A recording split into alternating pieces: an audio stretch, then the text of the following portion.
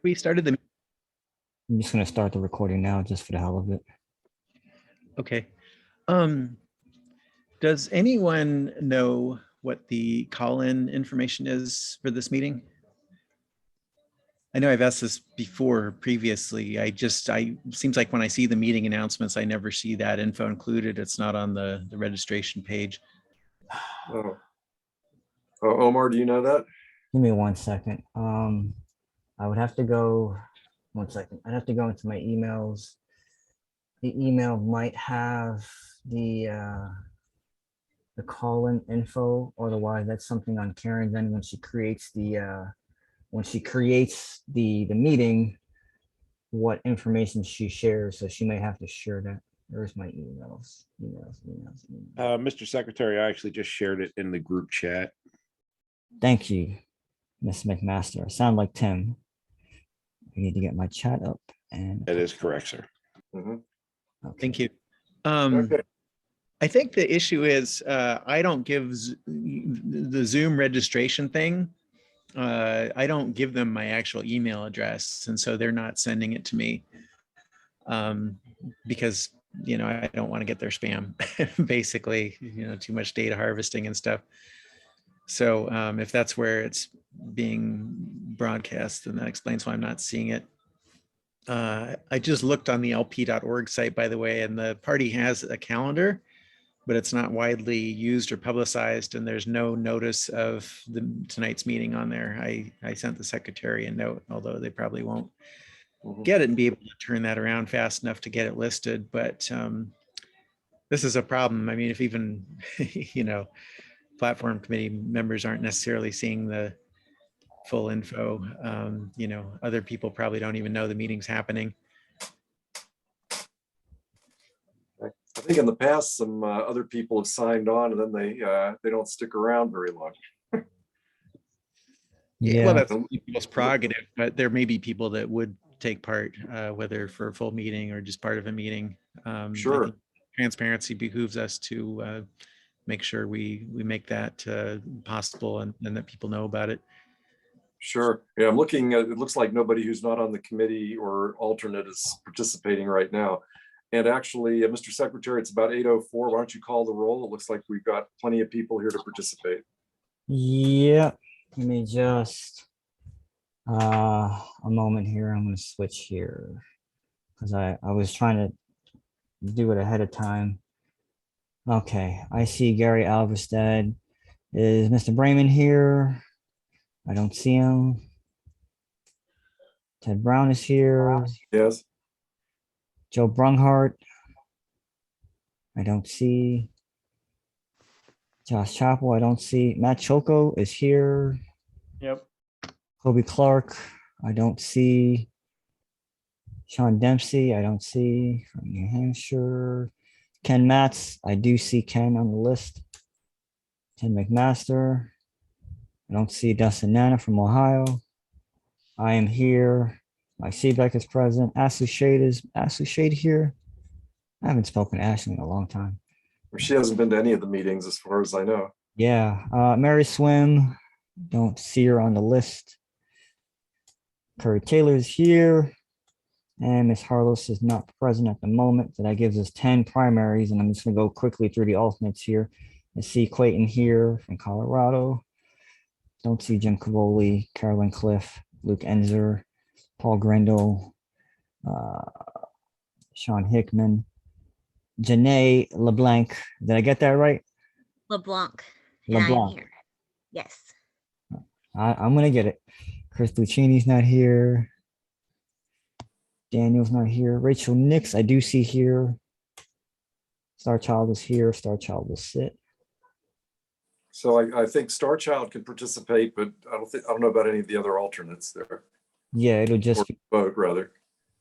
Yep, it looks like it's just Star Child. Give me 1 second to add that in here, and that'll give us 11 votes. So we are right there on quorum. Okay, and of course the alternates can easily debate along with everyone else, though. Yes. Okay, so the next is opportunity for public comment. Doesn't look like there's anybody from the general public who has joined us. So if there's no objection, the next item is approval of minutes. Mr. Chair. Yes. I would, Slow I chat. would move that we table public comment until such time as any members of the public join the call, as soon as it's, possible to hear from them without interrupting something that we're in the middle of. That sounds reasonable. Is there anyone object to that method? Hearing none, we'll assume that's the case. Then if anybody that joins us wishes to give a comment. Okay. We'll recognize them at that time. Okay, let's see. Approval of minutes from March 3rd meeting, and there says we'll move to defer to email. Who wishes to move to defer to email? Well, point of order, Mr. Yes. Chair. I didn't get the minutes done, so we don't have March 3rd minutes yet. Okay, that solves that. Yeah. Okay. I'll get that Okay, done. yeah. I'll get it done as quickly as I can, and then it'll be on the list. Okay, so now we're to proposal 9 from the 2020 report, and I proposed an amendment to that also. But the original wording is individuals. Where is it? There it is. Individuals have the sole authority to determine and express their own gender identities. No entity has the power to supersede this individual authority. And that's on the floor then. That's the proposal. And then I had offered this. Point of information, Mr. Brown. Yes, Mr. On Olson. this issue, I'm going to be ceding to the alternate. So do I need to formally announce that or leave, or how does that? Well, Rachel's authorized, of course, to debate, of course, all the time. Of But course. if you want her to vote, you could pass to her, I believe. Okay. All right. Thank you. Okay. So anyway, first up would be my amendment. I don't want to, since I'm chairing the meeting, I don't want to belabor it, but we oppose taxpayer funding of gender reassignment procedures. I think that's consistent with other planks, or either, if not currently, in the past, that we would, while anybody can do what they want, the taxpayers aren't paying for it. So let's start with debate on that, and then we'll move on to other amendments or discussion of the main motion. Let's see who's up here. Hands raised. Matt Cholko. So just want to be clear, we're debating the amendment to the amendment, the blue language. The blue language, yes. Okay, so I would say I'm mildly opposed to that language because I'm not sure that this is a real. Is there anybody calling for taxpayer funding of gender reassignment procedures in any Plenty. significant way? Yes, plenty. People are joining the military and wanting free surgery, and prisoners are suing for it. Okay, well, I'll think about that. Anyway, I guess that was more of a question than a comment, and that's all I got for now. Okay. Rachel Nix. All right. So you guys have heard my thoughts about this overall, but this is what I'm saying now is specific to this amendment. Technically, people are going to be upset if you say gender reassignment. Just my point, it's not technically the PC term. Maybe just keep that in mind. And also, just to respond to that, I'm not sure if I know of any specific examples of people going to the military for gender confirmation surgeries. So that's my thought on that. But technically, the language here is outdated if it's going to be included at all. Oh, okay. I did want to bring that up then, because I put in my email when I put that up, if anyone has any better language, because I'm just not sure about the proper terminology on that. Rachel just said gender confirmation. Is that what you said, Rachel? That's one of the more accepted terms. There's more than one, but that is one of them. What are some others for comparison? That's the one I use most frequently, and I'm drawing a blank on the others because they're always abbreviated. I can get back to you in just one second. I wonder Okay, if we just say gender-related surgery, if that would cover it in an unobjectionable manner. Does anyone know if that's too general in general? In the meantime, let's go to Tim McMaster. Yeah, thank you. I don't have any particular objection to the intent of the amendment.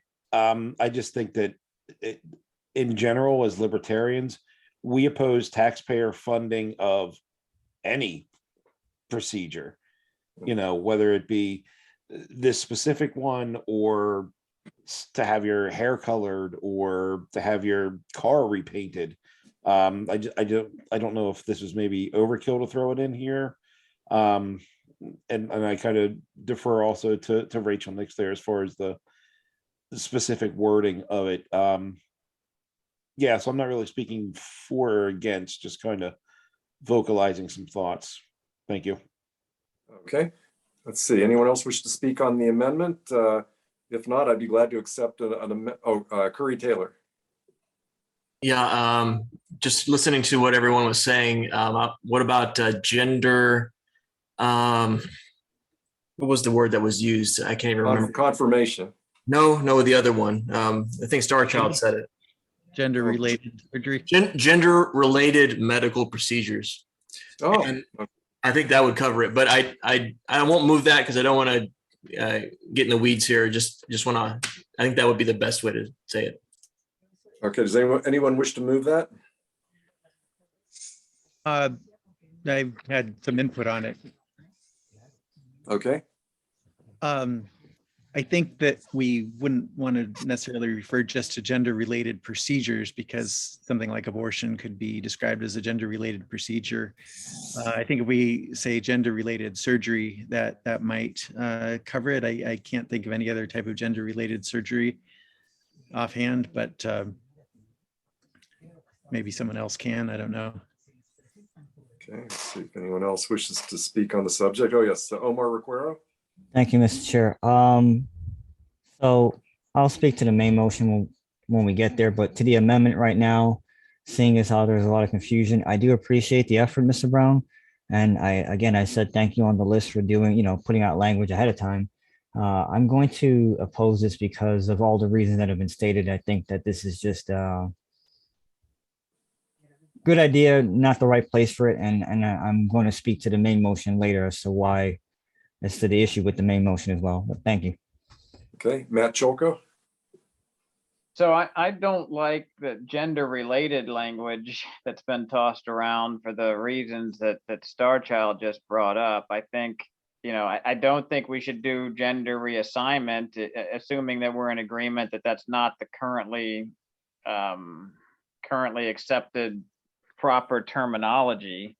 So if we're going to do this, I would say that we should use the correct terminology, which I'm gathering is gender confirmation. I'm certainly not an expert, but I've also heard that terminology recently. So I guess I don't really support this amendment, but I think if we're going to go down this road, I'm going to move that we amend the amendment, substituting the word confirmation for reassignment. Okay. All right, and let's see. Star Child, do you wish to be recognized again? I'll second that if it needs a second, or are we? I don't remember. No need for a second. Okay, can Mr. Brown, point of information, could we restate the motion? We're going to, where are we going to? Reassignment would be replaced with confirmation. Confirmation, gender confirmation procedures? Correct. I'm curious how people think about using the word procedures versus surgery, because of course we oppose, taxpayer funding of any medical procedure, really. So it is sort of, I can see your point, Matt, that this sentence is sort of unnecessary in a sense, but I think if we're going to have it, having surgery instead of procedures, because a procedure might include, other things like getting hormones or something. It's kind of like gay marriage. It's like, we don't want the government involved in marriage at all, but if they are going to be involved, then they shouldn't be discriminating against people wanting to marry others of the same sex, or multiple people for that matter. We don't want government paying for meds at all, But if they are paying for meds, they shouldn't maybe be discriminating against certain meds like gender confirmational hormones or whatever term used to describe them. So I'm not quite sure where that leaves us as far as the language. I'm just kind of thinking out loud here. Okay, so let's see, Matt, did you wish to speak again, or is your hand just still up? Sorry, that's just left up. I'll put it down. Okay, any further discussion? I'm not sure how this will go. Looks like if nobody else wishes to discuss it, we should move to a vote on first the amendment, which is the confirmation instead of reassignment. Okay, Mr. Secretary. Yeah. Mr. Chair, real fast. Yes. I'm passing to Clayton as Colorado alternate for this particular proposal. Okay, Okay. Give me a second because I got to get everybody from point A to point B here.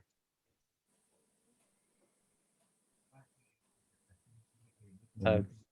Chair, I'd like to speak again if no one else is waiting to be recognized. To well, just we're thought of- waiting for the vote right now, but if you go ahead.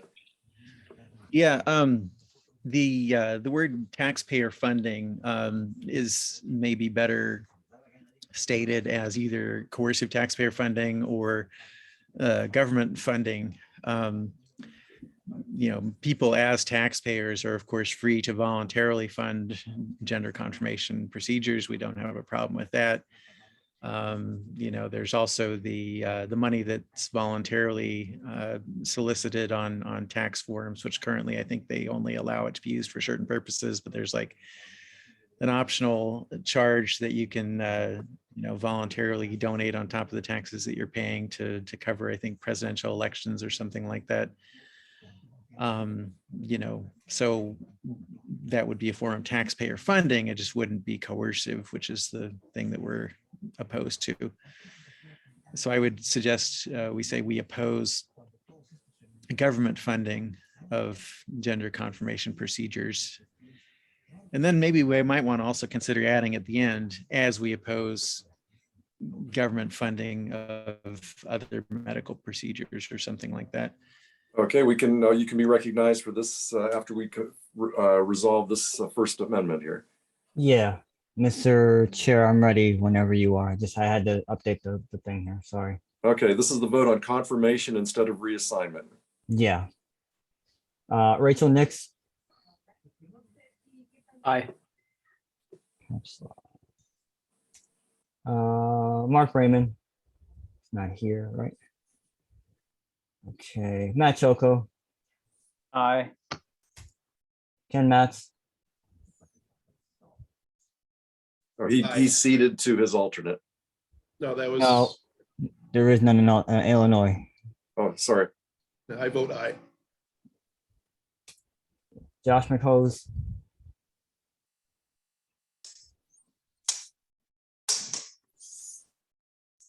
Josh Weavis. I saw him come off mute. I can't hear you, Josh. I hear you come off mute, but I don't.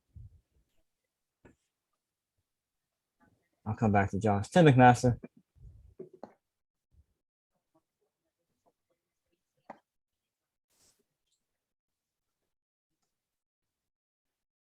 I think we lost Tim.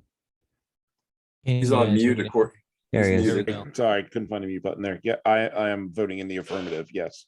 Okay. Omar Crow vote aye. Clayton Casiedo. Aye. Starchild. Aye. Curry Taylor. Aye. John Thompson. Aye. Okay. I'm going to come back to Yep. Josh. I didn't hear Josh. I'm sorry.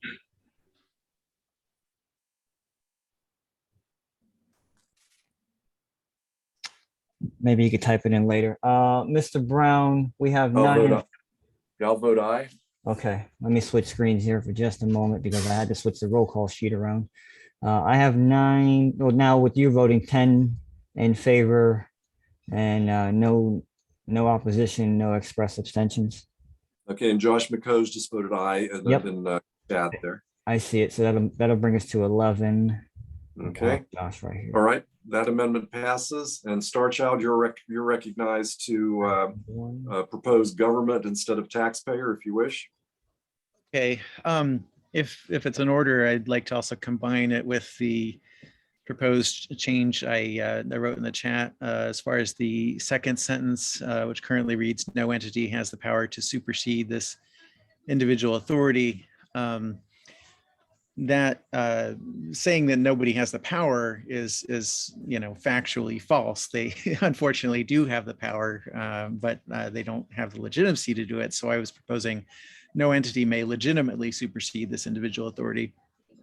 And then the sentence I've come up with for the second part, or the third sentence, I just typed that into the chat.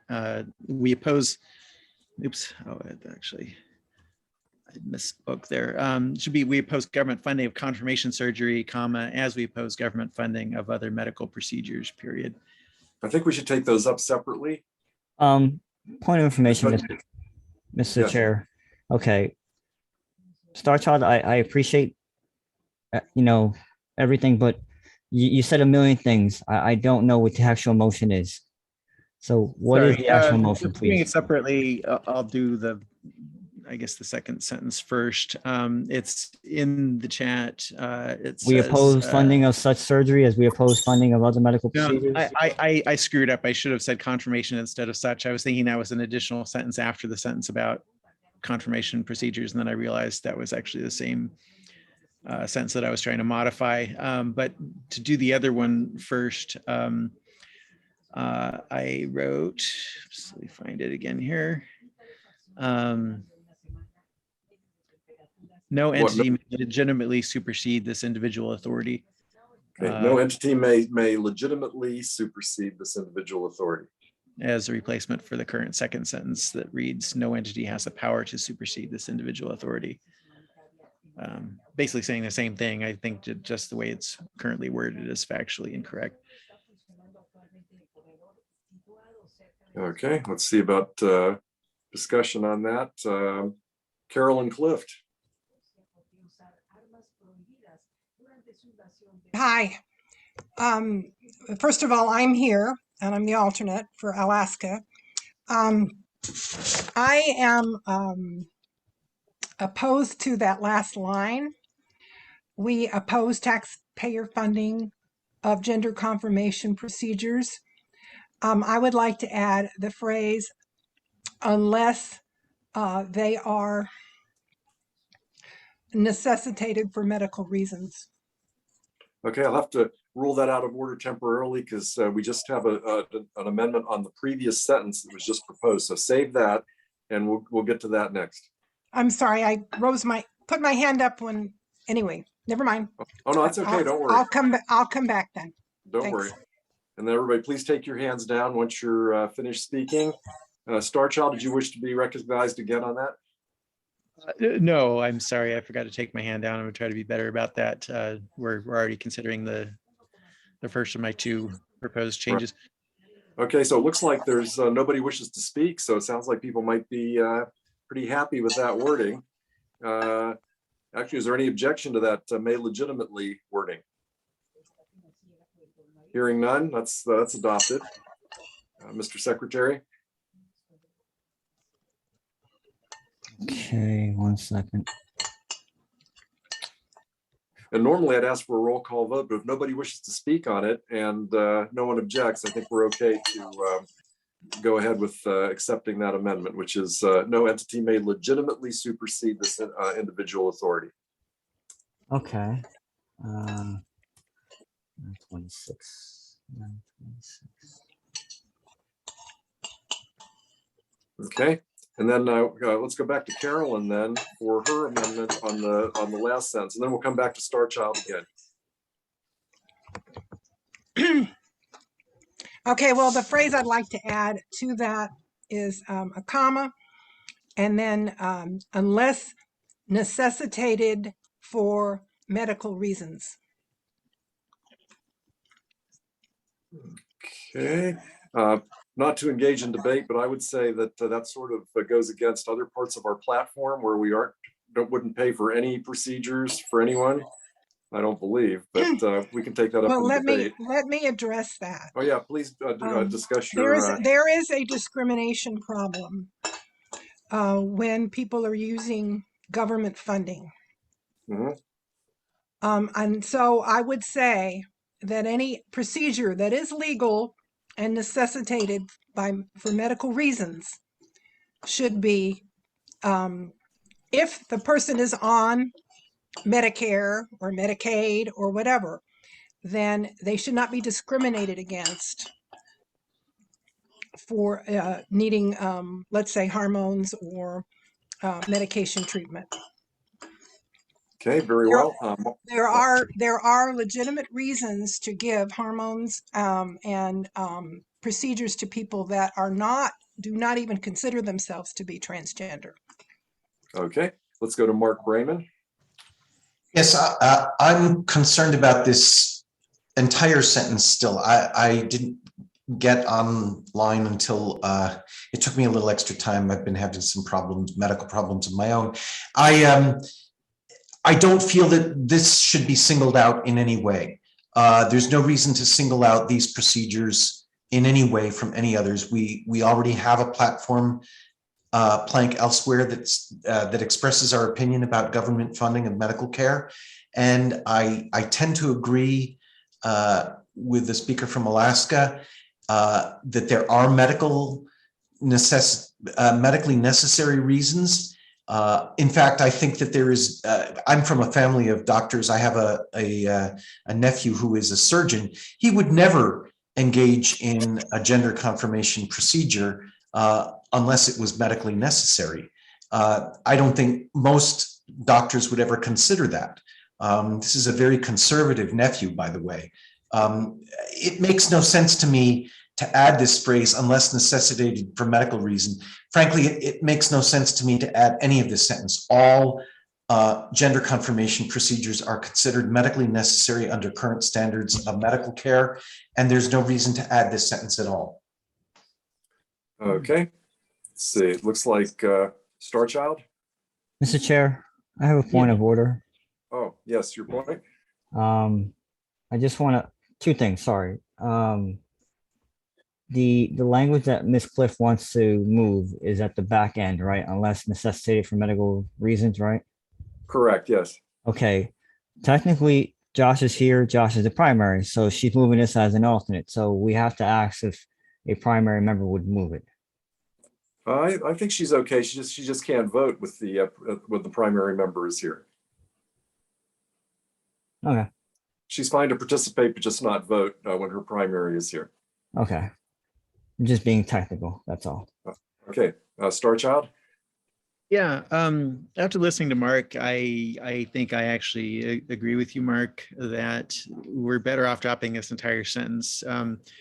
I appreciated what you were trying to do, Carolyn, but I think medically necessary, that sort of opens up a whole nother can of worms as far as what we consider medically necessary. And really, I think we would do better to address some of these issues, in the healthcare plank if they need further articulation, because, this is really stuff that applies to many other, potential healthcare interventions and so forth, not just the transgender surgeries. And it does feel like if we put in that final sentence, I think that we're sort of singling that out, and in a way that's not really helpful or necessary, that it goes away from the direction of the plank and gets into a whole nother thing that would be better covered elsewhere.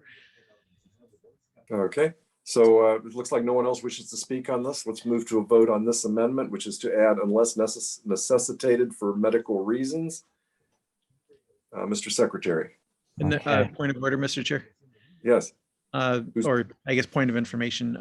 Then that the language that says we oppose taxpayer funding of gender confirmation procedures, that is the main motion to add that, and then this is an amendment to that motion, and then if this amendment passes or fails, then we would vote on the whole that Yeah. whole Yeah, length. actually, you are correct. I don't think we have voted. You made up a good point, Starchild. We have not voted on the whole. We oppose taxpayer funding of gender confirmation procedures as the entire main amendment yet. That still needs to be voted on. Mr. Secretary, I mean, But Mr. it's Chair, still being sorry. amended, though. People are still amending it. Yes, Yeah, Mr. Chair, we're still in the amendment process. exactly. And if I'll go back in here and show you, we remove reassignment procedure. Mhm. And so Right. now we oppose. So that's how it looks right now. So we're still in the amendment procedure. We are. We sort of interrupted amendments on that sentence to add the previous one about the legitimately. But we're back to this one. We have not voted on the main motion. It's still open to amendment on that original amendment. But we're just voting on this. Oh, another point of order or information. Yes. I think maybe it's confusing partly because the currently in what we see on the screen, the may legitimately language, which we just adopted, is in the same format as the following sentence, which we haven't adopted. Right. May legitimately I don't know how the section. Yeah, you're right, Starchild. May legitimately should no longer be highlighted or underlined, I guess. Yeah. Okay. So anyway, on the unless necessitated for medical reasons is the vote as soon as Mr. Secretary can get that going. Okay. There you go. Point of information. Yes. I put it in the chat and I'm going to switch here. If the primary is going to retake the seat, please announce it, because the way I have it right now, I still have Rachel and Clayton sitting. So just let me know, or let the chair know. Okay. Yeah. Well, that's where I'm going to start. Hold on. This is the Cliff motion. Okay. No one's spoken up about that. So let's Yeah. go on as you have indicated. Rachel Nix. And this is just on the amendment with the unless sentence, correct? Correct. Yes. Then I vote nay. Okay. Mark Brayman. Nay. Okay. Matt Choco. Nay. Ken Matz. Nay. Josh McHose. Nay. There we go. Tim McMaster. Nay. I will vote nay. Clayton. Nay. Starchild. Nay. Corey Taylor. Nay. John Thompson. Nay. And Mr. Brown, do you wish to vote? I'll vote nay also. Okay, that brings us to, there are no aye votes, 12 opposed, and no express abstentions, if I didn't miss anybody. Okay, that fails. Okay, we're back to the let's finish up with that sentence if we can before any other amendments on the rest of the plank. Mr. Chair, I think Yes. Matt wanted to make a move to take the public comment off the table, and since we have a guest now who I believe wishes to speak. I do see that Ari Gabrek has joined us. Ari, do you wish to give a public comment? Yes, thank you very much. I would like to. Okay, please do. So thank you so much previously for the individual who ended up inviting me here to this meeting. I've been a Libertarian for the past 15 years as a registered member of the Libertarian Party. I am recently the Outright Libertarians secretary, and currently have been working in populations with the GSM community for about the past 15 years.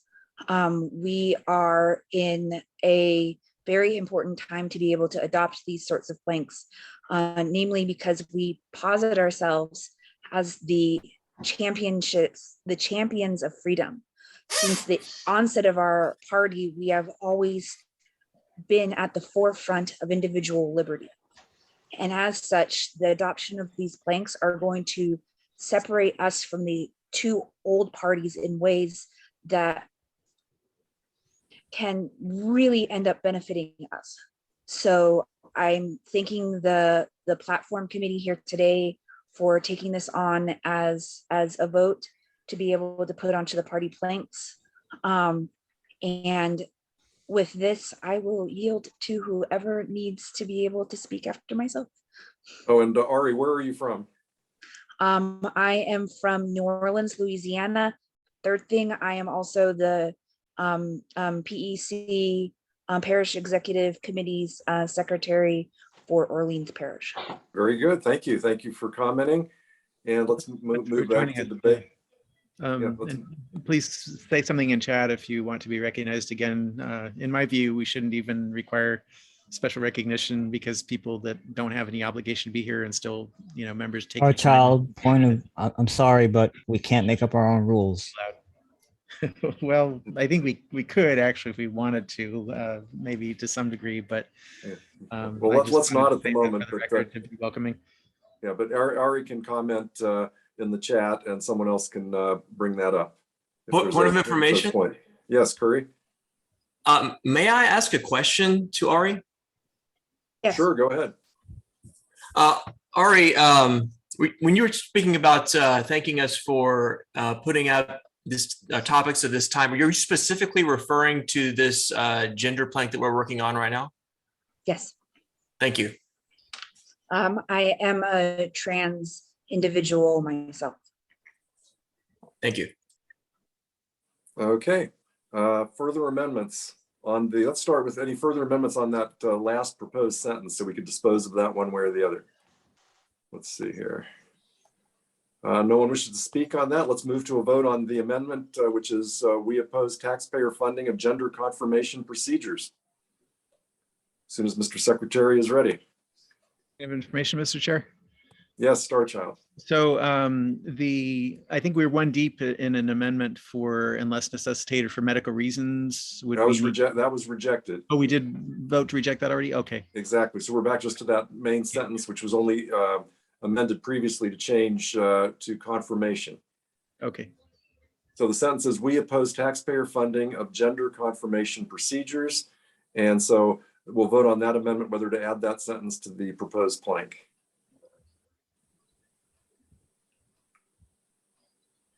Mr. Chair.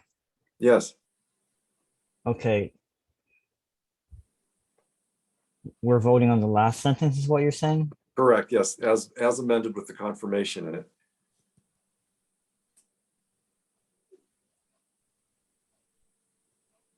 Okay. So, even I'm a little confused. I thought we were already past that. No, we hadn't voted on that. I made an error to go up to Starchild's amendment about the legitimacy in the previous sentence before we disposed of the other. So we're back to that sentence, and no one else wished to amend after the previous amendment was just rejected. Okay, so we kind of skipped over. I think I see what you're talking about. I'm looking at the notes here. All right. Give me a second here. We gotta go adopt the sentence. Last sentence. Okay. Rachel, next. No. Okay. Mark Raymond. No. And Matt Choco. I'll abstain. Ken Matz. Aye. Josh McHose. Nay. Tim McMaster. Aye. I will vote nay. Clayton. Aye. Okay. Starchild. Nay. Okay. Curry Taylor. Abstain. Okay. John Thompson.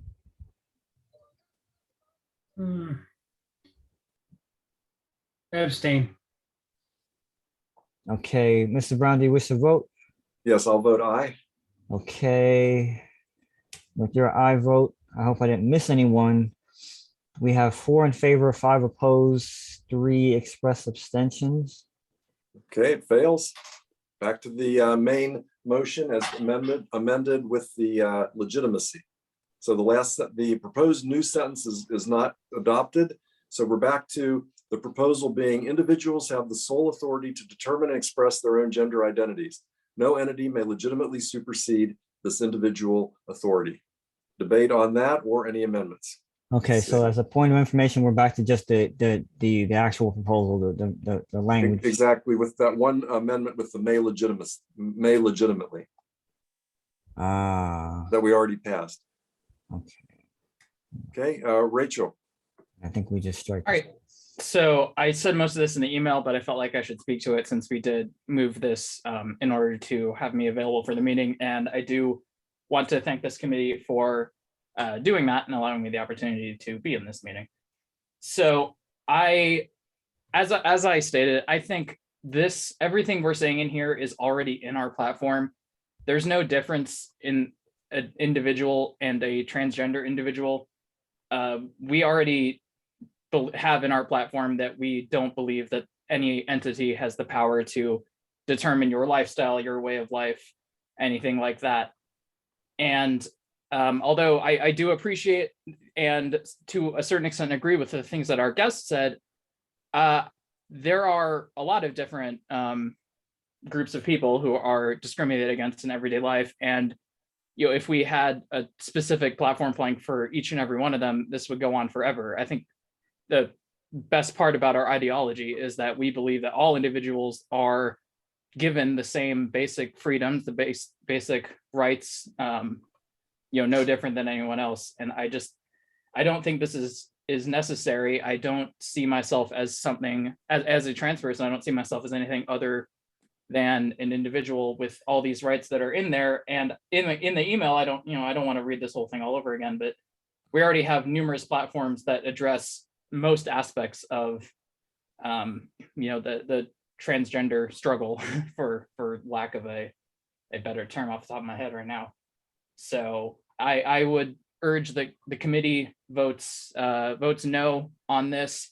I did also state, though, if we have to, I submitted my proposal that we simply add sex or gender identity to a different platform, and I do understand that would be a separate motion and agenda item, so I am not proposing that we actually do that right now, but those are my thoughts on this.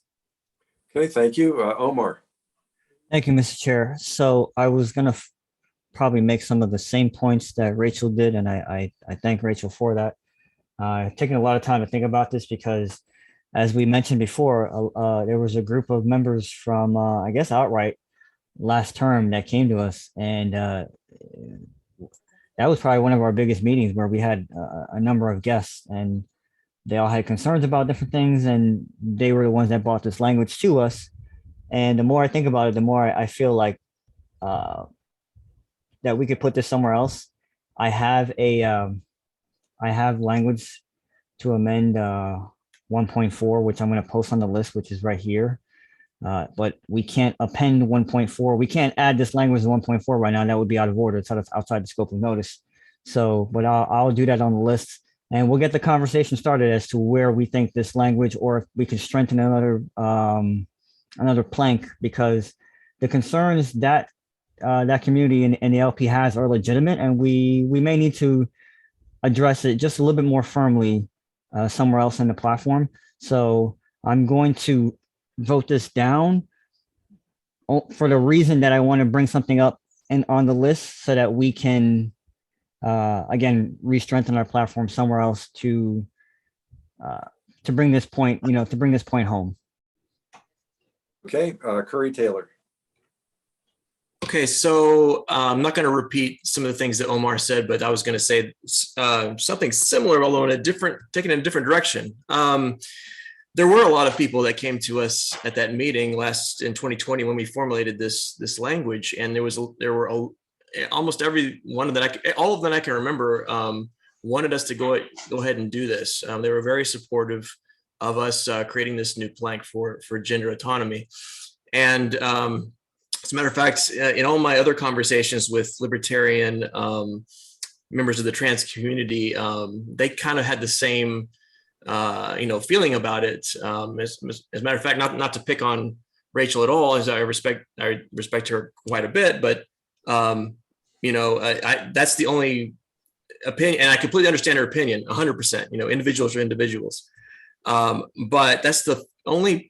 She kind of represents the side that I've only heard about from basically her. If there are I'm sure there are other people who feel that the same way that she feels, but they haven't been vocal to us as members of this committee. So I feel like I think, we worked on this quite a while in 2020. I think this is good language. Let's give the floor of the convention an opportunity to just decide whether they like it or not and whether they want to see it in the platform. Okay, Ken Mattis.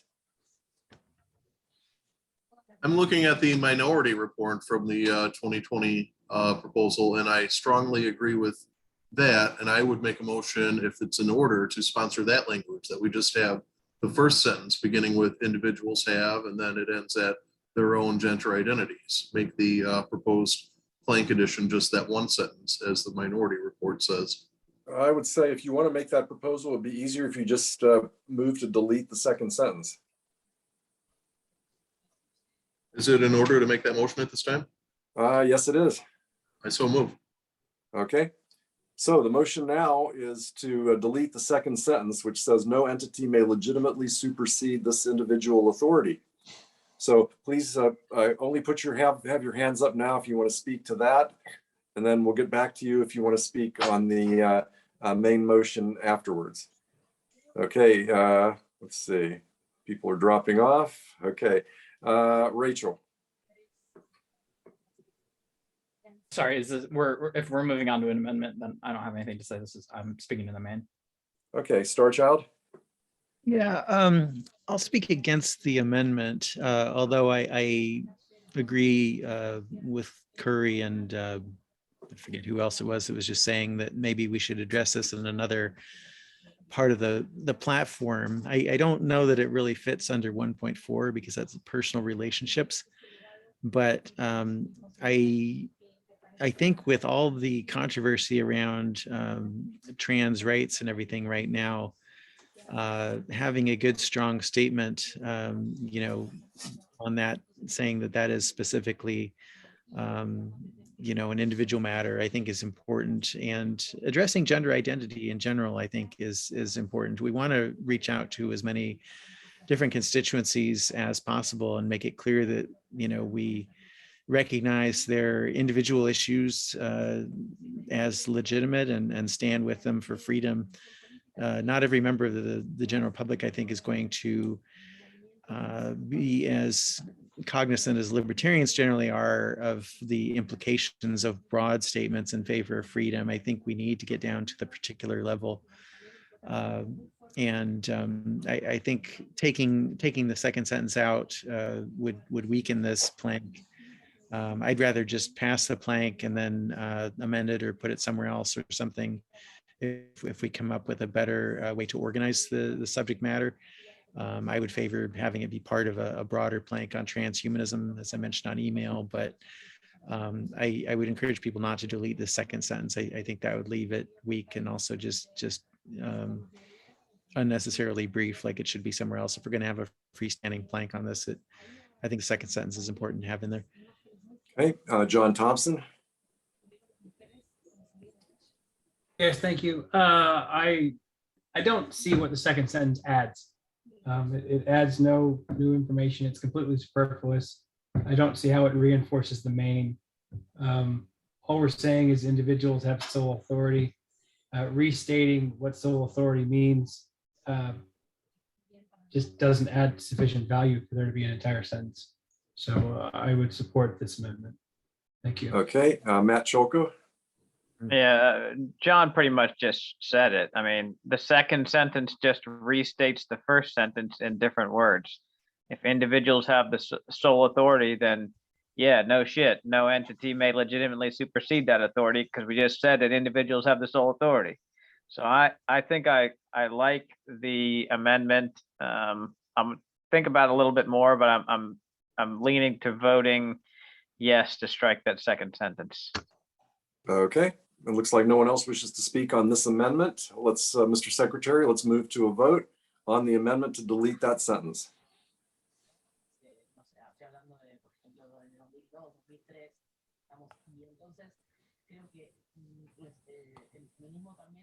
Sorry, I was on mute. Gary from California told me that he's going to be away for a little bit, so Rachel will continue to sit. Okay. So on this amendment right here to strike the last sentence, Rachel Nix, Aye. Okay, Mark Raymond, I will abstain. Ted Brown. Ooh, hold on, Ted. I'll come back to you. Sorry. Matt Sure. Joko. Aye. Okay. I did not get that abstention. Here we go. Ken Matz, Aye. Josh McCose, Aye. Tim McMaster. I will abstain for now. Okay. Omar Ricard will vote nay. Clayton Casiedo, Aye. Starchild, Uh, I know I seem wishy-washy here, sorry.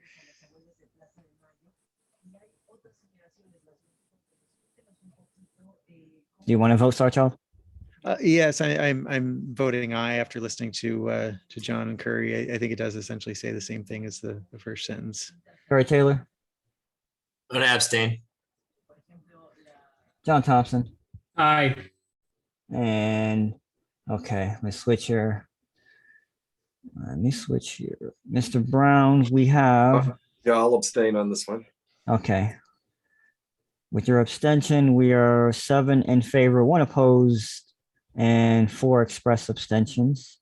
Passes. So we're back to, well, we're not back to, we're now at just the first sentence as the proposal, which is individuals have the sole authority to determine and express, determine and express their own gender identities. Okay, let's continue debating that. If there is any further debate, let's see here. Rachel? Yeah, so I wanted to address something I believe it was Mr. Taylor said before we got to that last amendment. It can easily be true that the side or the group in favor of this proposal would have been the one speaking up the meeting, because typically people who are who don't see a problem with things aren't the ones going to city council meetings and saying that there's a problem with things. So it would make sense that most of the speakers were in favor of this. I was never in favor of this, but I felt no motivations to say so. So I think just I don't think that that's a necessarily good basis to cast get the idea of what the vibes are. I can say that most of the people I know, and I respect that most of the trans people might have one feeling about this. Well, most of the trans people I know share my feelings about this. So that's also, we should keep that in mind as well, that our personal bubbles might affect some of these things. But even, and this is not even exclusive to the transgender libertarians I know, I live in California. Most of my friends are hardcore Democrats, and most of them share the same thing with me. In fact, I've actually made a lot of inroads into both sides of the political spectrum with this idea that it's not about treating every single group as different. We overall just want to be treated the way that we want to be treated, and it's not necessarily that huge of a deal that it needs to be there. It's our individual lives. It doesn't need to be posted everywhere, and we just want to be treated like everyone else. Okay. Could I ask Rachel a question? Sure, go ahead. Rachel, this is Starchild. I was just wondering how you would, stand on something like trans women being able to compete on women's sports teams, for example. This is sort of the goes to the idea that, if individuals have the sole authority to express their own gender, then nobody else could say, well, no, you can't express your gender in this way. We're not going to let you be on this team. We're not going to let you use this restroom or whatever.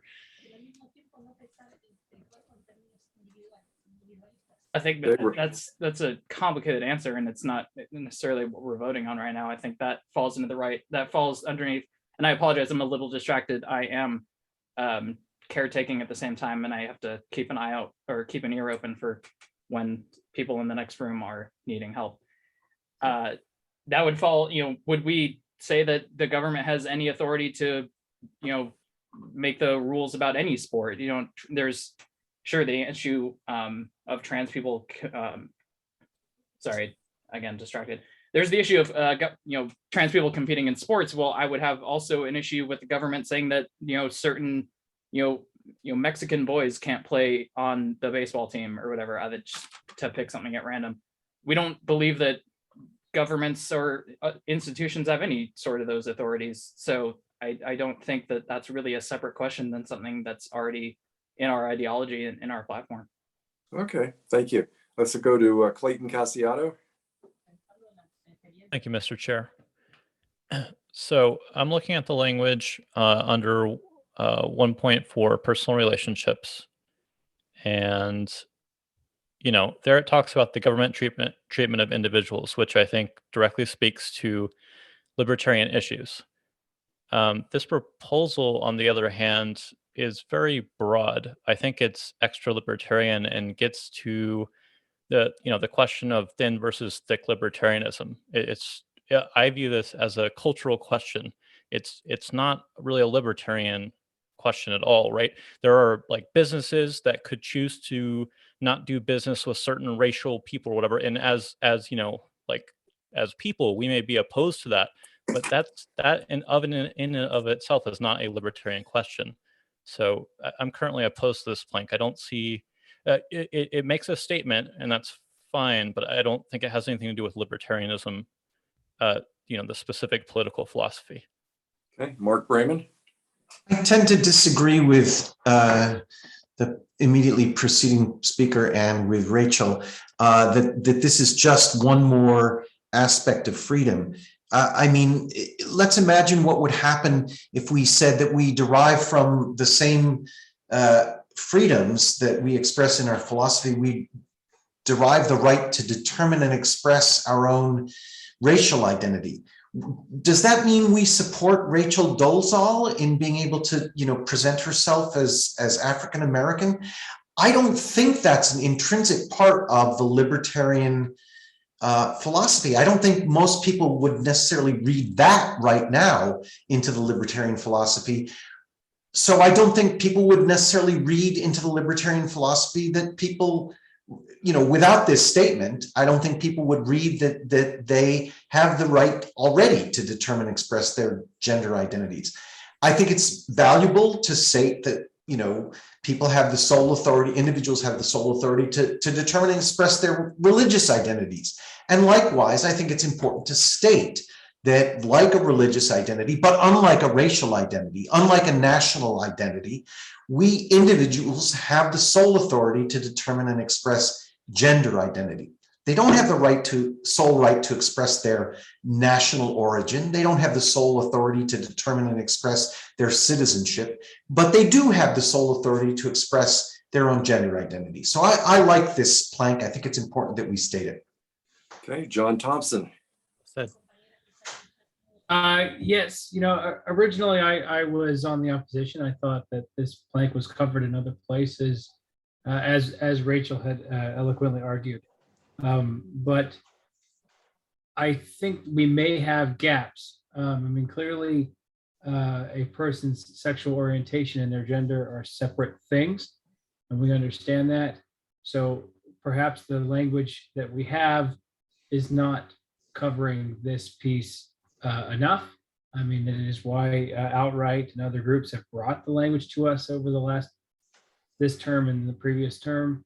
And for that, I think that, the perfect is the enemy of the good, and that this allows us to meet the needs of our constituents, states a principle about personal freedom, and does not get too into the weeds about any of those specific questions. It is a broad statement in and of itself, but it's not. It doesn't go into any particular items. So I support it in its current writing. Thanks. Okay. Is there any objection to our guest Ari from New Orleans speaking? She has her hand up. Hearing none, Ari. Thank you. And sorry, as a side note, my pronouns are they, him.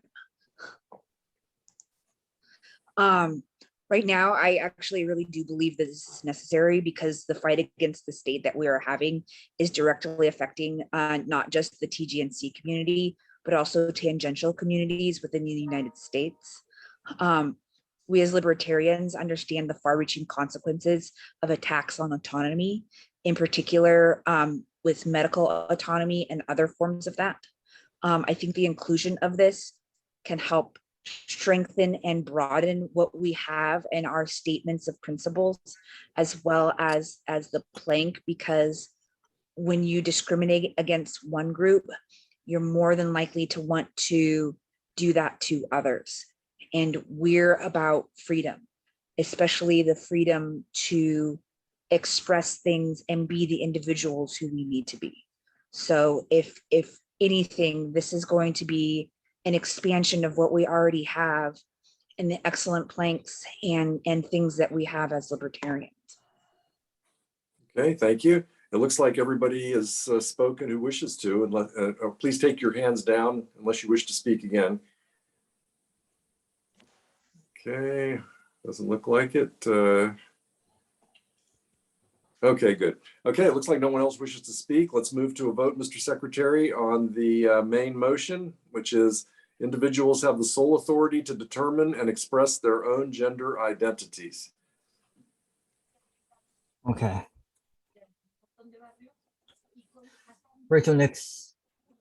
No. Mark Raymond. Aye. Matt Choco. I'm gonna pass for the moment. I'm thinking. Okay. Ken Matz. Aye. Josh McHose.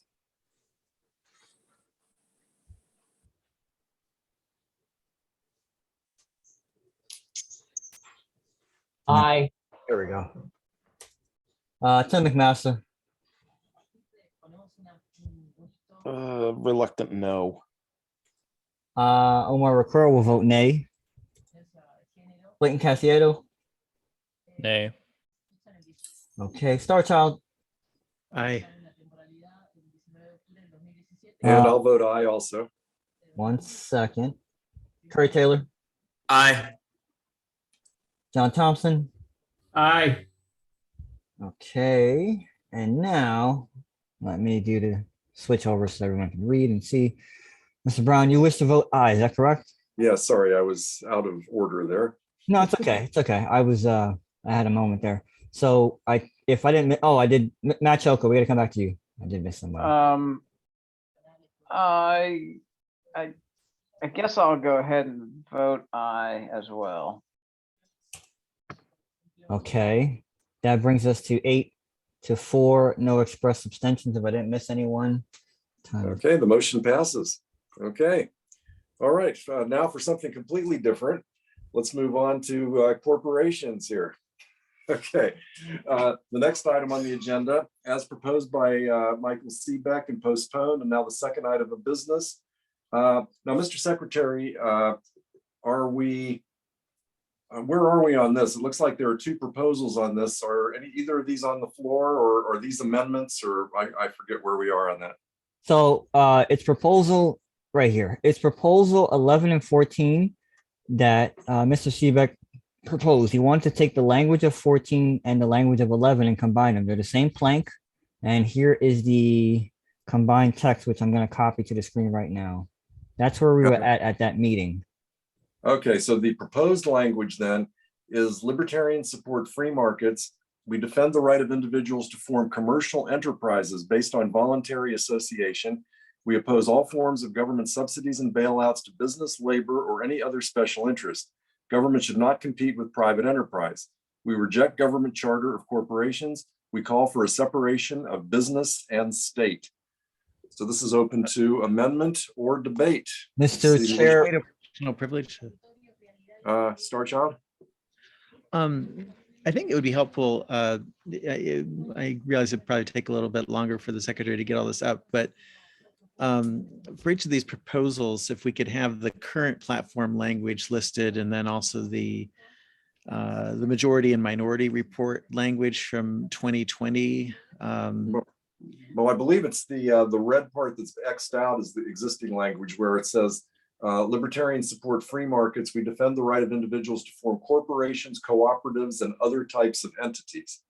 And the proposal is to change corporations, cooperatives, and other types of entities to commercial enterprises, and then add the 2 extra sentences at the end. Yeah, Mr. Chair, can I tackle that? Yes. But what about the majority and the minority language?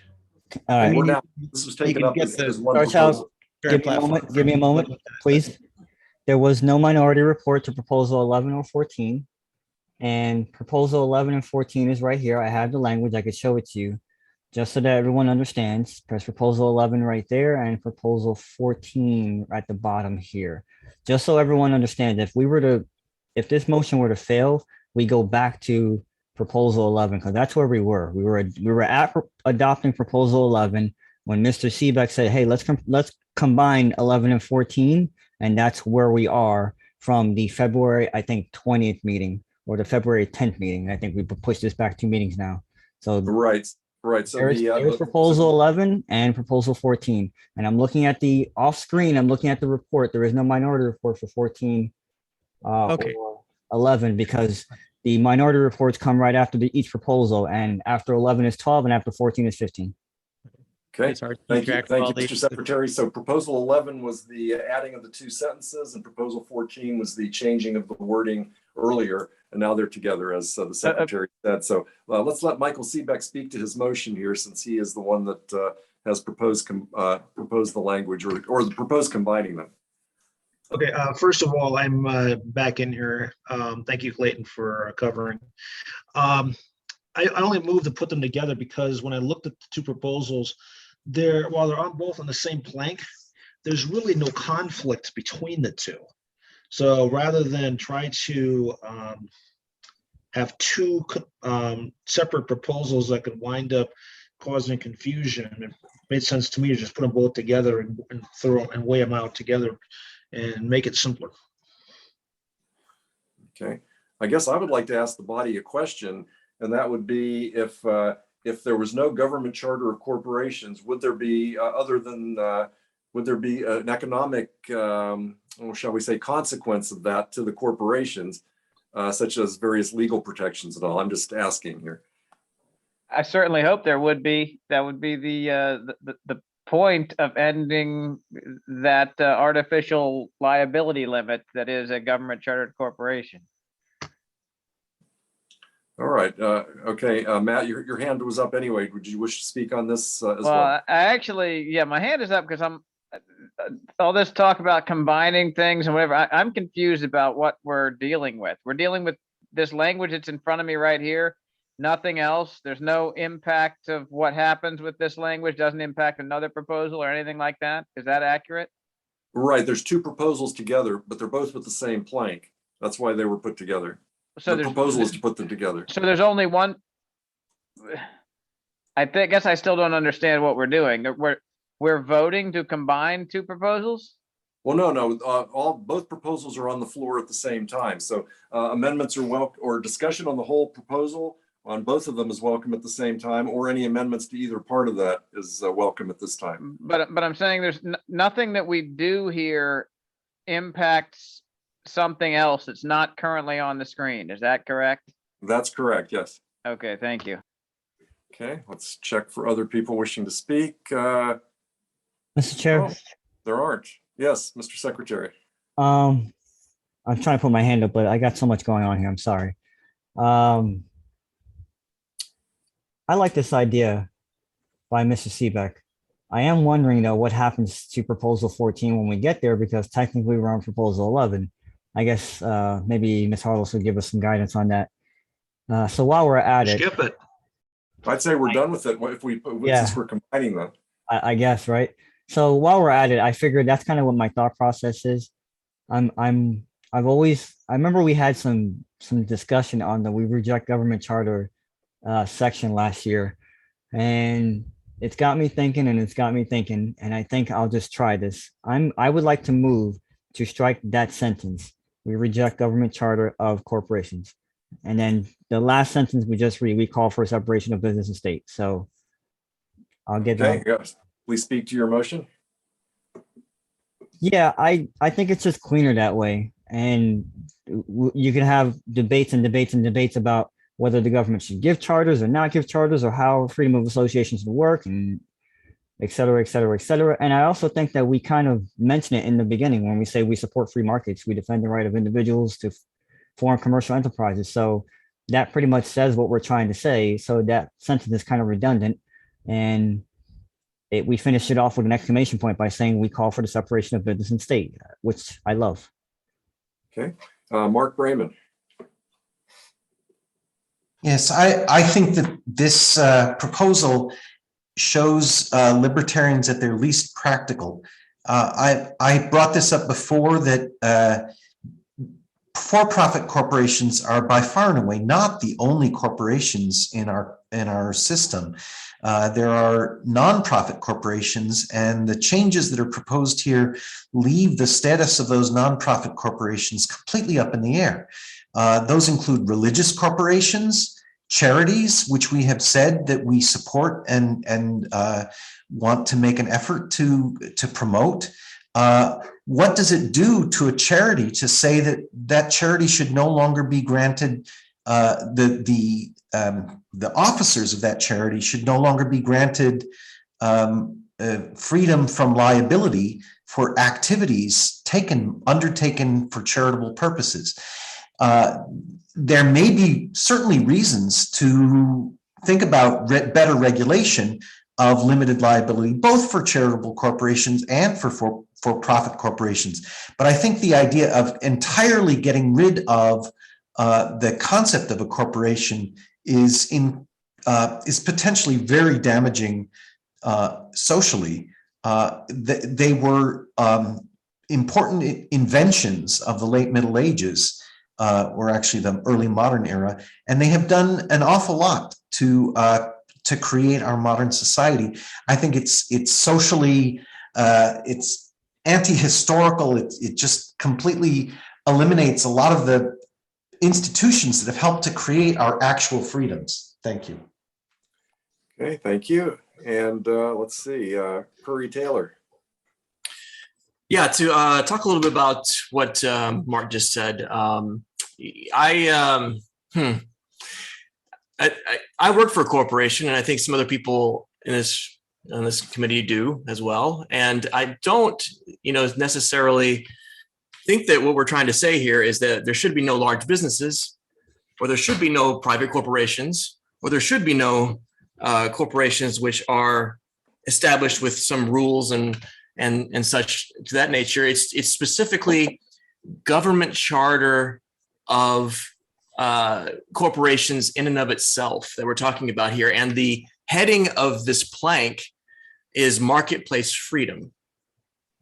So we're not talking necessarily here about, corporations which are nonprofits and corporations which are more of the lesser thought of corporations in this particular instance. We could call those out here, but I don't think it's necessary because it's not germane to the topic of the plank in and of itself, the way I read it. Of course, we're happy to be, champions of business, and private enterprises. And maybe we can make an amendment to say, private corporations, or rather for-profit corporations, if you want to be that specific about it. But I think there is what we're trying to do here is attack the blanket protections which are awarded to corporations, which everybody may or may not have a big problem with. And I think that that's something important that we should do, and that's the motivation behind this change. And I would like to see it happen. Okay, thank you. Starchild. In talking about the last issue, we were on the transgender rights and such. I mentioned the marriage license analogy, and I think that's also relevant here, that we aren't against necessarily people coming together, whether it's to form some kind of large commercial enterprise or charity, nonprofit, what have you.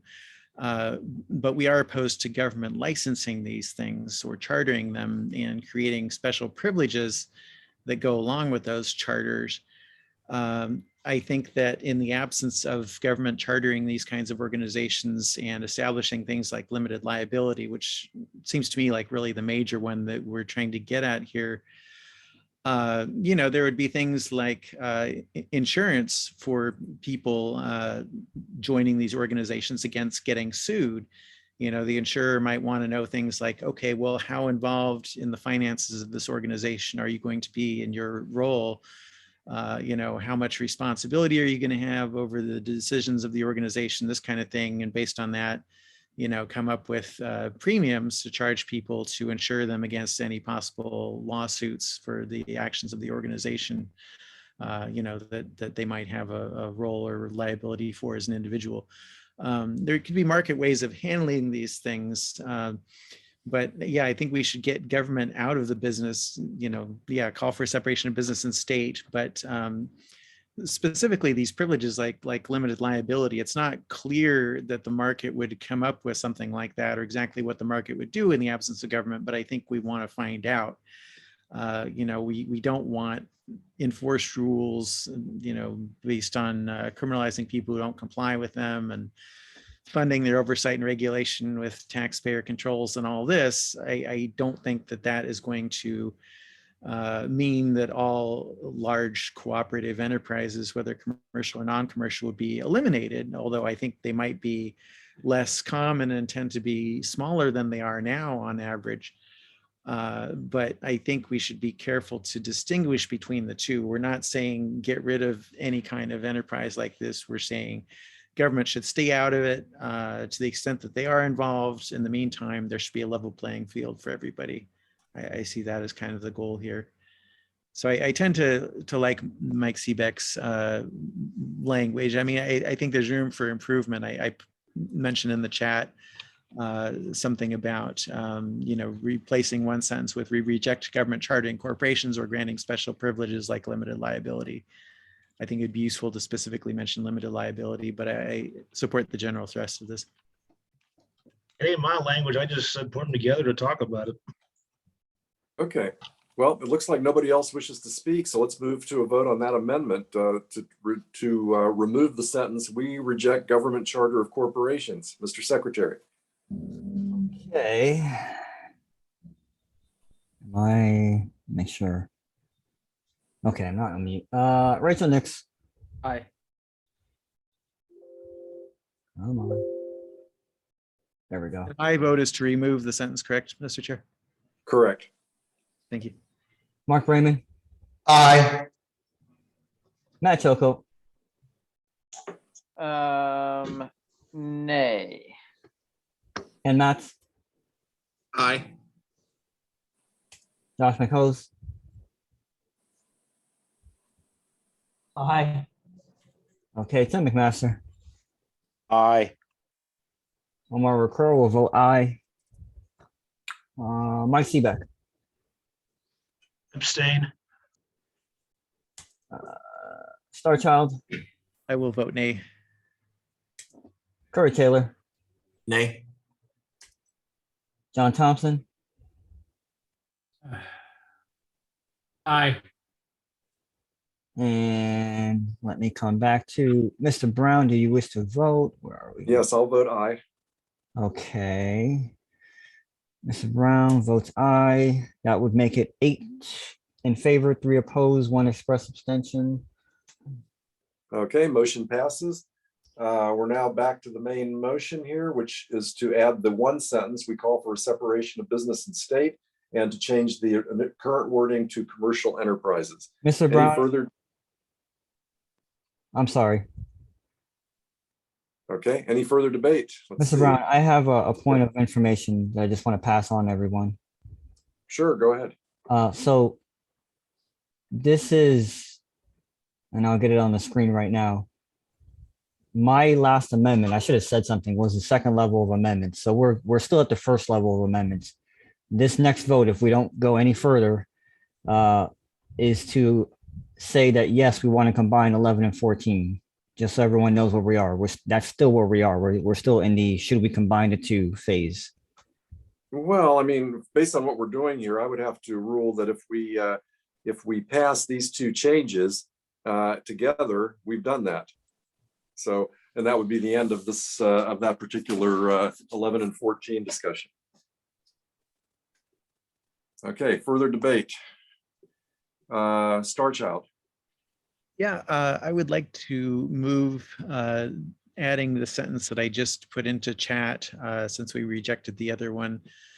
Instead of saying that we don't want them to charter corporations, get down to the specifics. This would say we reject government granting special privileges like limited liability to certain types of organizations. Propose Okay, we let's include get, that in the same place as the other proposed sentence that we just voted down. okay, let's wait, let's let the secretary catch up on that. And meanwhile, do you want to speak to the motion? Yeah. Again, I don't think that anyone is going to take from this that we're against all large-scale commercial or non-commercial enterprises, but you know, we want a level playing field. We don't want government handing out favors and being engaged in picking winners or losers in the marketplace. Okay, let's see. I'm waiting for the all kinds of questions.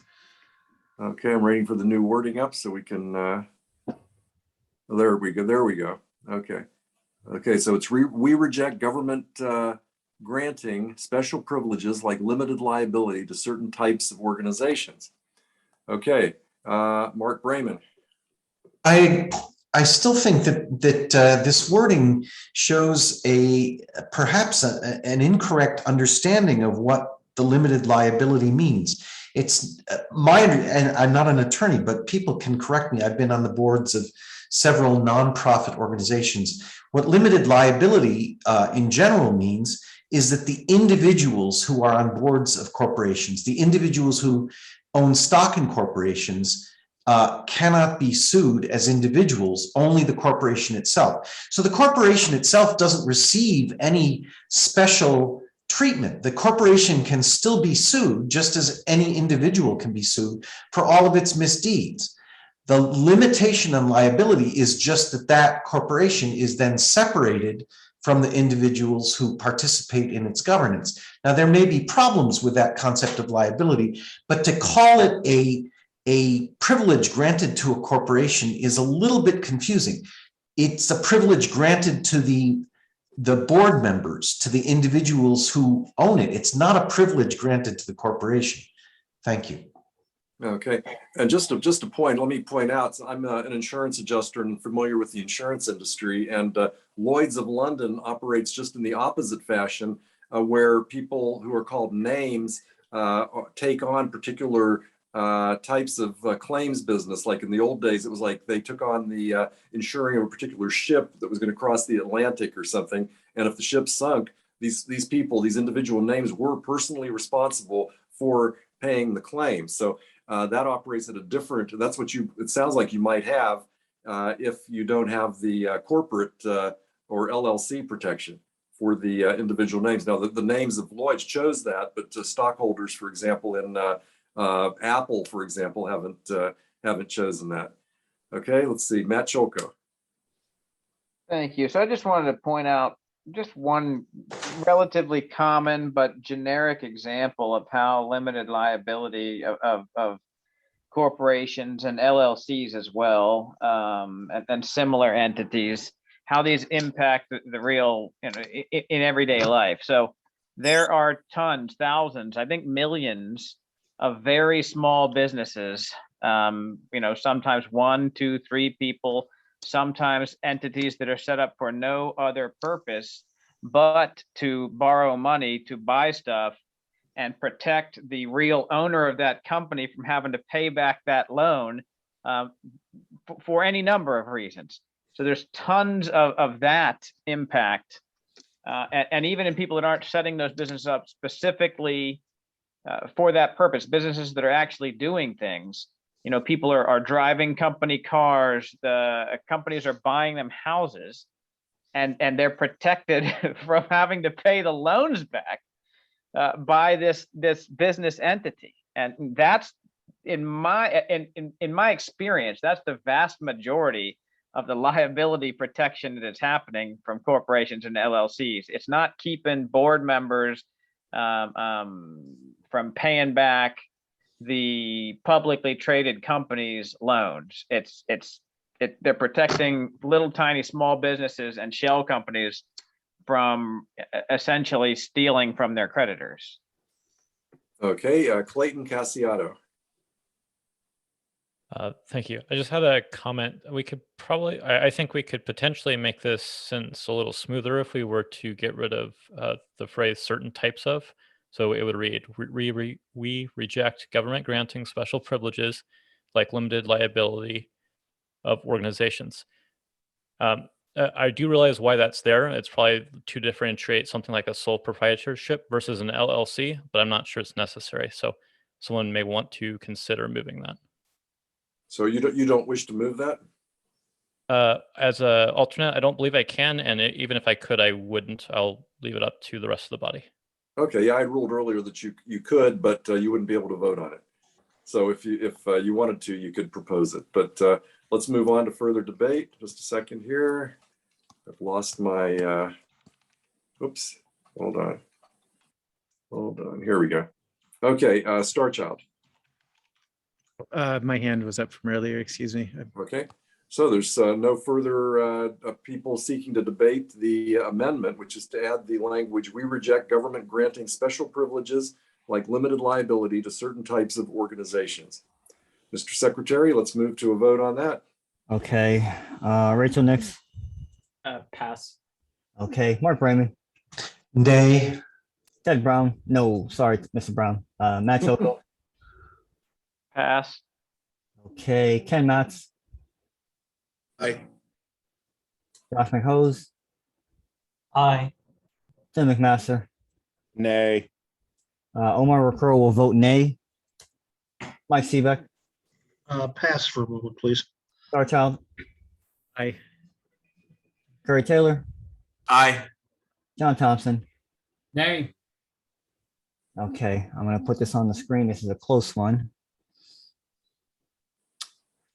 We're going to come back to Matt Choco. I'll go ahead and vote aye. Okay. Who else And passed? Who else? anybody else? Mike Seebeck passed. Could you put it back up, the language back up real fast? No problem. It's right here on the bottom here. I'm gonna vote no on this one. Okay. Mr. Brown, you already I'm decided. gonna vote no. Yeah, I'll vote no also. I passed as well. Right, Rachel, I'm sorry. Rachel, And I vote no. okay. And Mr. Brown, you vote no as well, or? Correct. Mr. Secretary, I think you just corrected the wrong thing. You changed my vote to no. I think you meant to change someone else's. Yeah, Seebeck's vote was supposed to be no. Thank you, Starchild. Okay, Then there we go. there we go. Yeah. There's no express abstention, so we have 5 in favor, 7 opposed. Okay, motion fails. We're back to the where we were before. Any further? Isn't that 6 opposed? 5 to 7. 5 in favor, 7 opposed. Well, I'm just counting 6. It counts automatically. Oh, Mark's is not quite in line. I see it as 7. Yeah, I got to center it up, but yeah, that's the issue. Okay, we're back to the where we were before. Is there any further debate or amendment? It doesn't look like anyone else is Can wishing. I, hold on. Can we just get a quick look at the language again? Sure. So I can read it. I can read it to you. It's libertarians support free markets. We defend the right of individuals to form commercial enterprises based on voluntary association. We oppose all forms of government subsidies and bailouts to business, labor, or any other special interest. Government should not compete with private enterprise. We call for a separation of business and state. Okay, let's move to a vote on that, Mr. Secretary, to be our proposal. Okay, I'm going to put it on screen one more time so everyone gets it. And this would be to adopt as main. Okay, so it's right there. I'm going to switch my sheets. Rachel Nix. I'm gonna pass again. Okay, Mark Brayman. I'm going to abstain. Okay, Matt Choco, Aye. Ken Matz, Aye. Josh McHose, Aye. Jim McMaster, Aye. Omar Recur will vote aye. Mike Seebeck, Aye. Starchild, Aye. Curry Taylor, Aye. John Thompson. Aye. Okay, I get that on the screen for everybody. And Rachel Nix, we passed you. I'll express abstention. Okay, and I'll Mr. vote Brown. aye. I'll vote aye. Okay, so if I didn't miss anyone, we have 10 in favor, no opposed, 2 express abstentions. Motion passes. Okay, now it's time for healthcare. We're going back to the committee report from 2020, proposal 13. While the secretary is putting that up, the current plank reads, we favor a free market healthcare system. We recognize the freedom of individuals to determine the level of health insurance they want, if any, the level of healthcare they want, the care providers they want, the medicines and treatments they will use, and all other aspects of their medical care, including end-of-life decisions. People should be free to purchase health insurance across state lines. And the proposal is to add this sentence at the end: we oppose the government mandating or denying treatment or vaccines. Okay, that would be which one? Oh, number 13, right, Mr. Number 13, right. We oppose the government mandating or denying treatments or vaccines. Right. I got it coming on screen. I'm trying to take a look at the grammar on that. We oppose the government mandating or denying treatments or vaccines. I'm not quite sure I get that way that's worded. I know what it's trying to say, but maybe I'm not sure who proposed that. Okay, Mike Seebeck.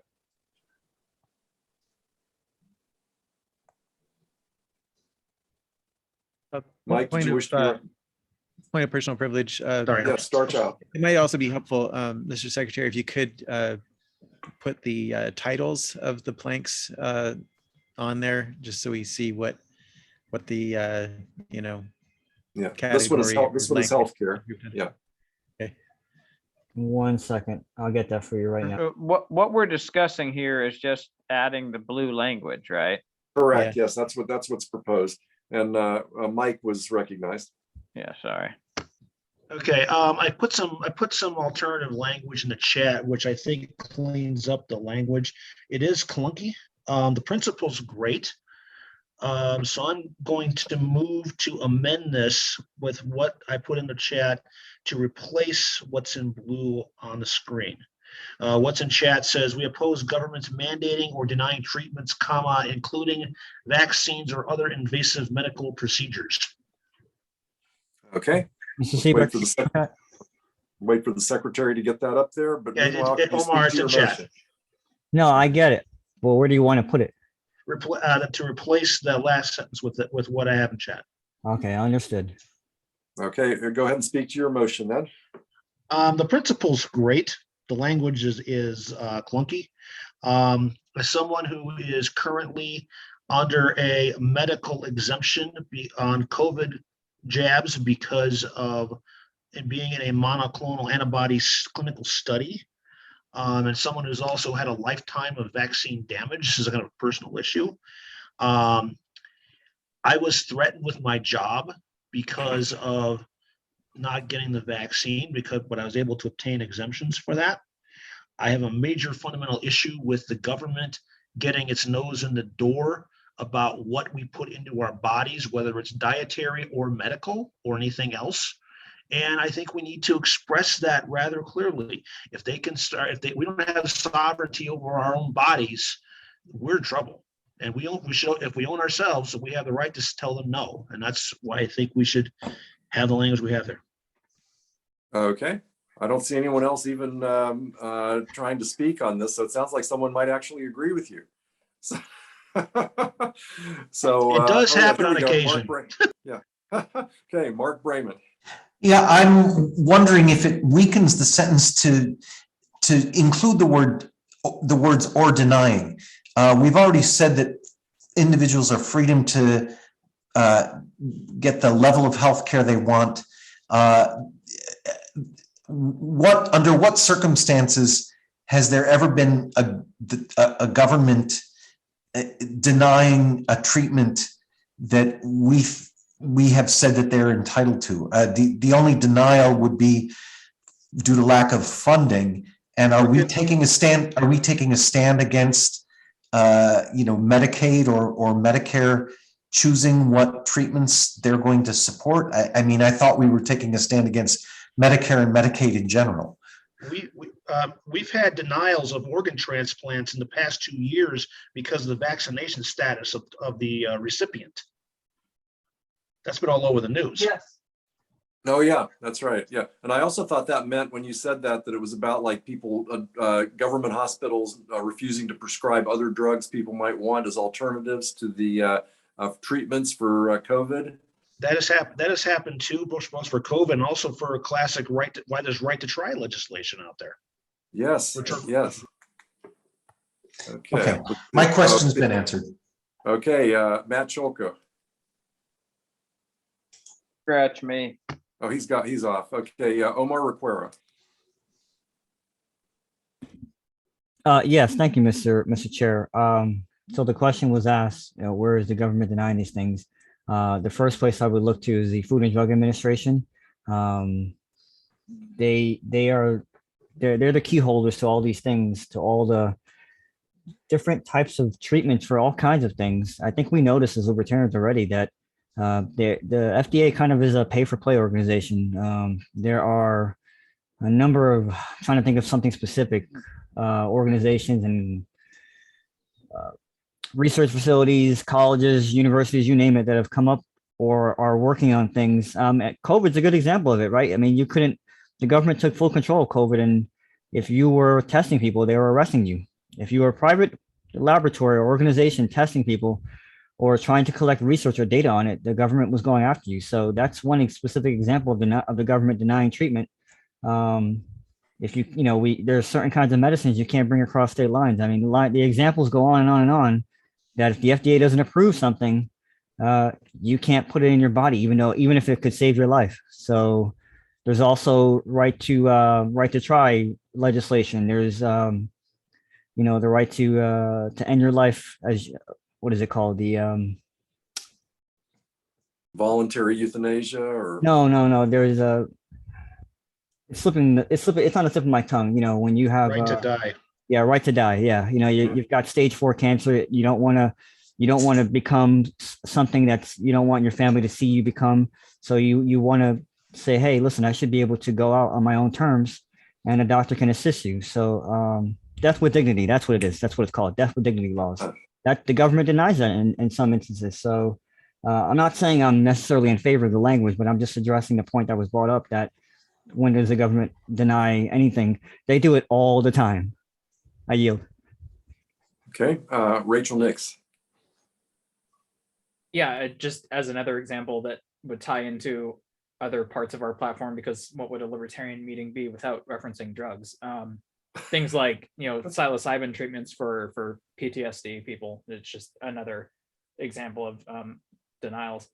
I rose my hand though to echo some of the things I've seen in the chat about including the word invasive. I think we would be opposed to any sort of medical procedures, invasive or otherwise. I'm not a doctor. I don't know exactly the opposite medical term for that, but I just wanted to echo what I've seen in the chat because I would have to agree.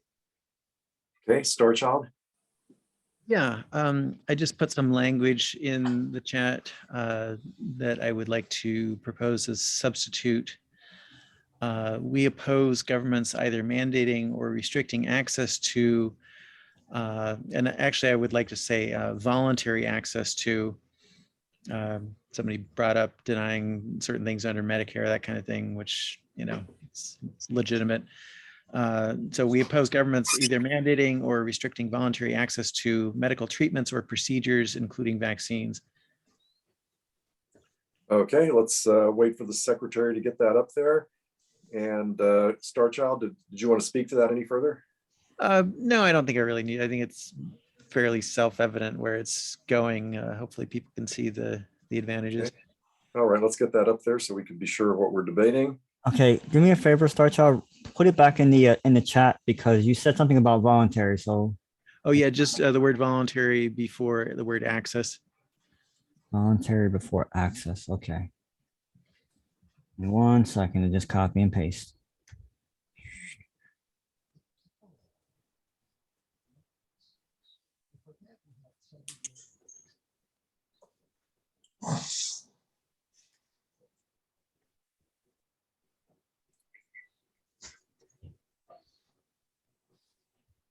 And I don't think we need the comma after procedures could be dropped. I think that's not grammatically needed. That's why I'm saying, just give me the actual wording. We oppose. Like you got it. restricted to Just the word voluntary before access, and then drop voluntary that comma before where the cursor is now. If you just hit delete. accessory. And comma after procedures, or Yeah, I don't think we need the comma. I think it's just making the sentence harder to read with the comma in there after I see. procedures. should delete it to this, that comma is the one we should get rid of. Restricting voluntary access to medical treatments or procedures, comma, including vaccines. Well, no, I think you actually need the comma after the two because it's another clause. You know, we oppose governments either mandating, that's the first clause, or restricting voluntary access to is the second clause, medical treatments or procedures, including vaccines. Okay, well, So I think you got it right now. That Yeah. looks. I'm not going to debate. I should. Okay, let's go back to debate. Mike Seebeck. Actually, I wanted to, I have a point of parliamentary question, procedure here. Yes. And I wanted to speak on the, back to a different point, which may not be relevant to this. The point of order is, is this a substitute for what I've proposed, or is it an amendment to what I've proposed? Oh, let's see. Is it just, let's look at how many words have changed here.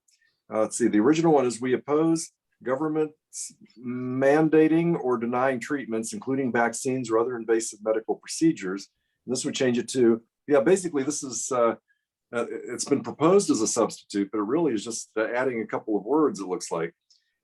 We oppose governments either mandating or restricting voluntary access to medical treatments or procedures, including vaccines. So it looks like we're just adding, let's see, got rid of treatments. If it's appropriate, feel free to consider it as an amendment. I don't really understand what the difference is between making something an amendment and a substitute, I guess. Yeah, we're kind of in the same position though. Yeah, we're kind of in the same position though, because you could do it either way, as far as I see. So since we have it up this way as a substitute, let's do it that way. Since most of the wording is the same, we can just decide between the two. So actually, it says amend on the on the screen, but I don't care whatever. Or you can amend by substitution. Parliamentary wise. Oh, okay, I see. Yeah. Okay. So let's see if you can take your hands down if you don't wish to speak on this, and then we'll see who wishes to speak on this new proposal, the substitute or amendment. We're going to get to the same place, however, whatever we call it. Technically, it's an amendment. I think the chair described today what a substitute is. So what I'm doing right now is I'm going to underline what Star Child is adding because it is an amendment. He's adding some text to it. Okay, that's fine too. Like I said, we'll get to the same place depending on either way. We'll get to the same place. This is technically correct. Okay.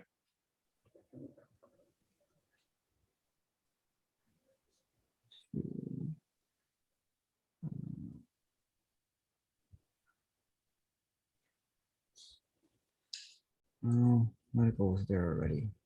Control U.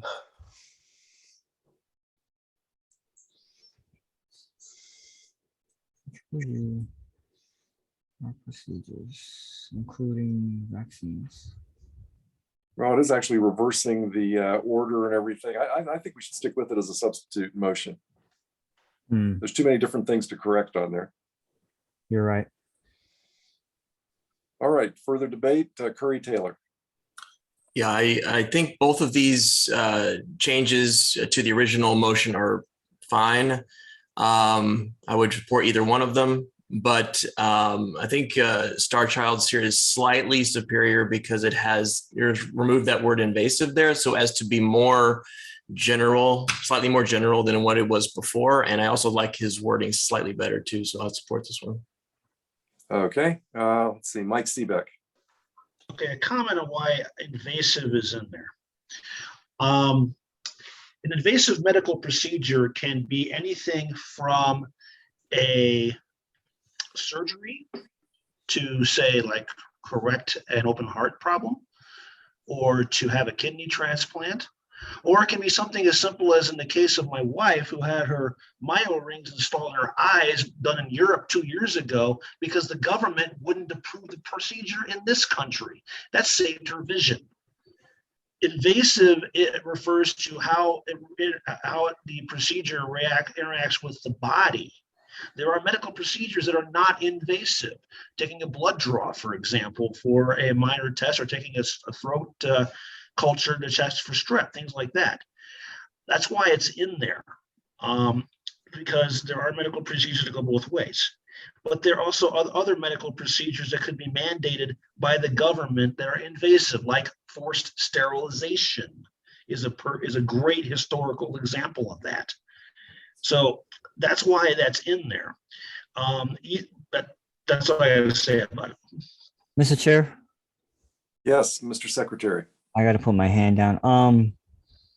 So I'm thinking about how I think we're out of order right now. I'm thinking about how Madam, Ms. Harlow's talks about substitutes versus the main motion, and when you're in the first level of amendments, a substitute would be out of order. And if we're ruling Star Child's amendment as a substitute, then I think we first have to dispose of the text by Mr. Seebeck first, and then we can introduce a substitute.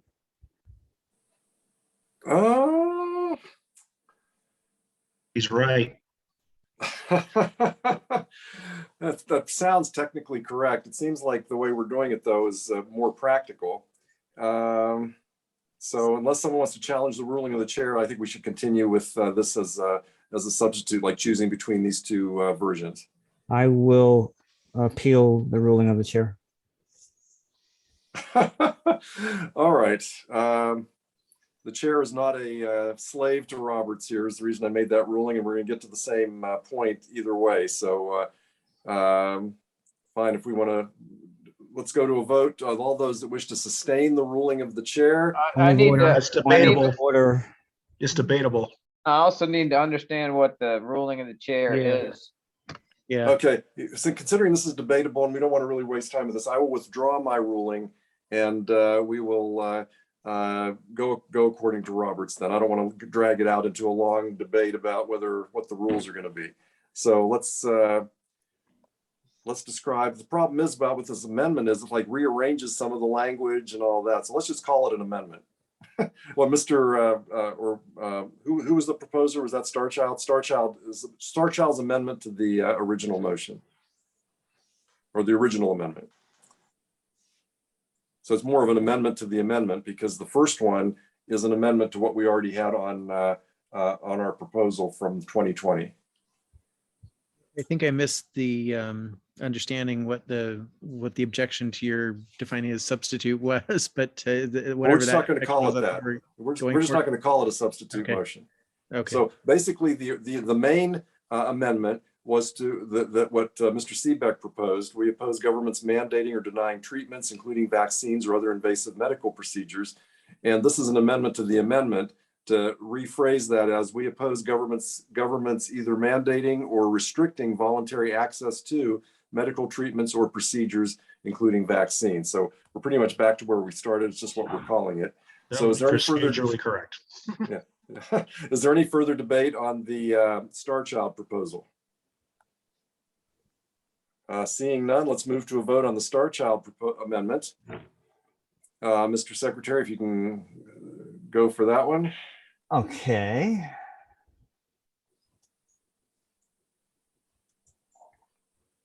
Rachel Nix. Nay. Okay. Let me get this on here. Mark Raymond. Abstain. Abstain. Matt Chokel, Aye. Ken Matz, Aye. Josh McHose, Aye. Tim McMaster, Aye. Omar Curl will pass for the moment. Mike Seebeck, I'll go aye. Starchild, Aye.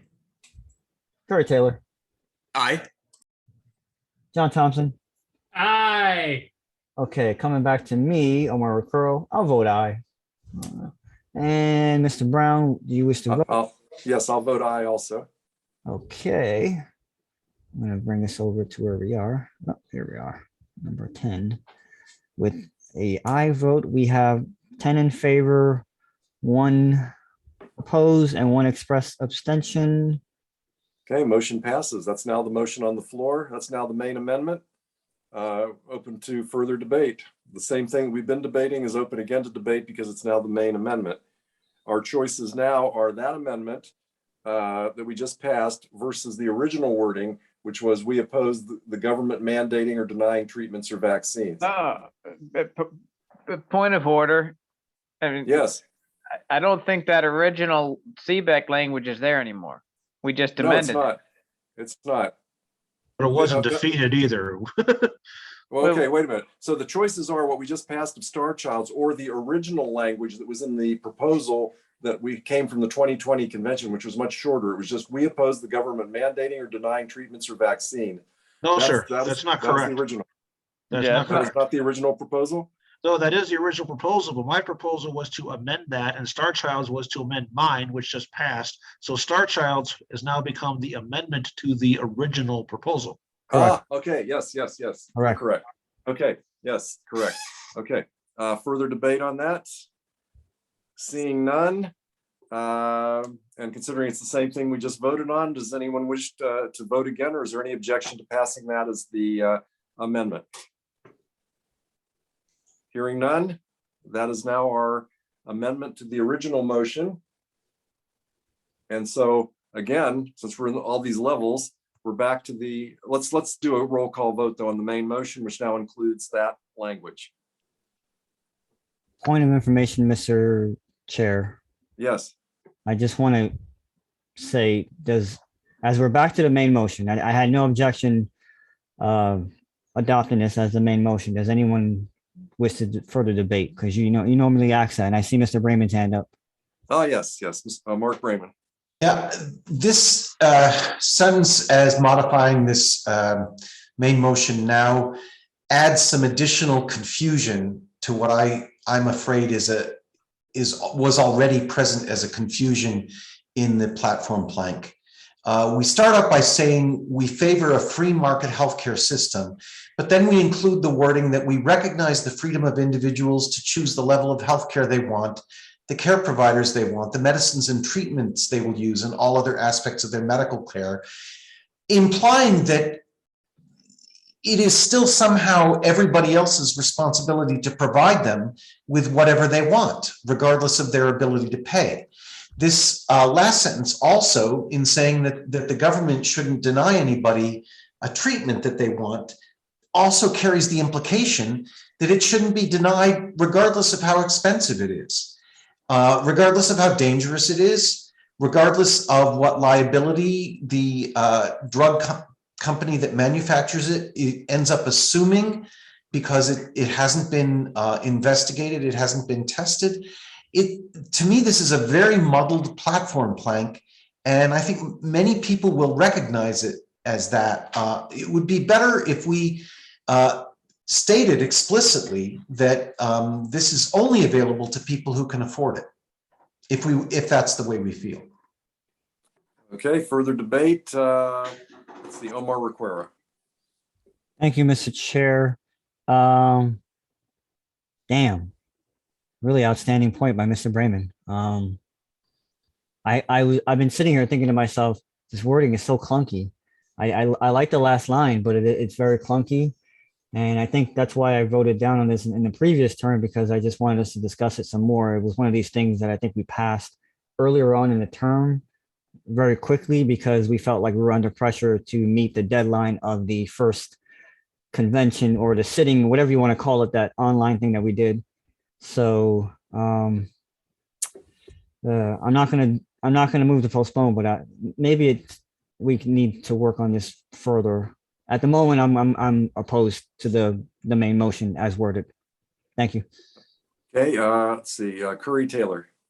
Yeah, you can't say we favor a free market healthcare system and then in the next sentences imply that you think that we're saying we favor socialized medicine. That doesn't fly. That doesn't pass muster. No.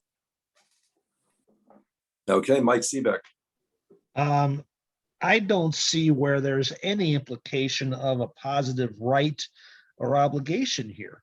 It's recognizing choice of the individual in how they handle their health care, all from end to end. However, because we're up on time, we have only a few minutes left. I'm going to move to postpone this to be the first item at the next meeting. Okay. See, is there any objection to that, or do people want to move to a vote? Object. I think we can just pass this right now. Okay, there are objections to the motion to postpone, so we'll first vote on the motion to postpone, and the orders of the day will probably then be to vote on this measure depending on the result of that. Mr. Secretary, motion to postpone, aye or nay? Mr. Chair, the orders of the day would not require a vote on this. No, I mean well, yeah, we have to vote to whether to postpone or not. Well, yeah, but I mean, after that, there's not a requirement to vote up or down on the proposal before the end of the meeting. No, unless there's no further debate. If we have Right. time. If not, we're going to run out of time, and then that'll be the first thing up. The vote would be the first thing up anyway at the next meeting. Okay. Rachel Nix, Pass. Mark Raymond, Yes, Matt, this is to postpone, right? This is to postpone. Yes. Matt Choco, Yeah, I mean, it's irrelevant now because we just took 4 minutes talking about that. No. Ken Matz, Aye. Josh McHose, Hey. Tim McMaster, Aye. Omar Crowe votes aye. Mike Seebeck, Aye. Starchild, Apologies, I was typing language in the chat. What exactly are we voting on? Whether to postpone to the next meeting. Oh, well, we're going to run out of time. I mean, I would like to extend time if that's an option. Mr. Chair, if I want to extend time, how should I vote on this? Then you'd want to, you don't want to postpone then. Okay, I'll vote nay. John Thompson, Nay,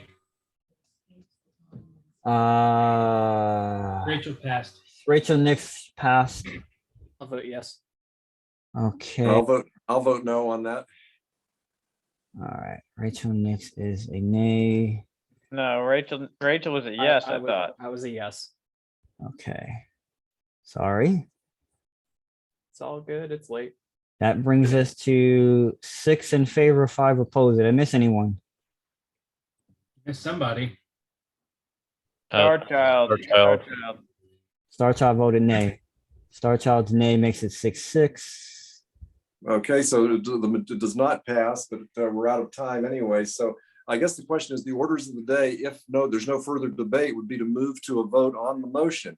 Actually, we could also move to extension if someone wants to. Does anyone wish to move to extend time for a specific amount of time? Does anybody need to debate? And I'm not seeing anyone wishing to be I'll move recognized. to extend for 15 minutes. Whoa, now we're screwed. Well, remember, people on the East Coast, it's 11 p.m. Oh. Okay. Objection. Yeah, I don't know. I mean, it's up to people, whatever the majority wants to do. I'm fine with staying, but. Okay, there's a motion to extend for 15 minutes, and there's been an objection to that. Before we vote on that, does anyone wish to propose a lesser amount of time? Friendly amendment, 3 minutes, just to get this vote out of the way. Okay, is there any objection to extending 3 minutes? I object. Okay. I All right. object. I got a convention to get up and help you put together tomorrow. Okay. Well, let's vote to whether to extend or not for 3 minutes. Okay.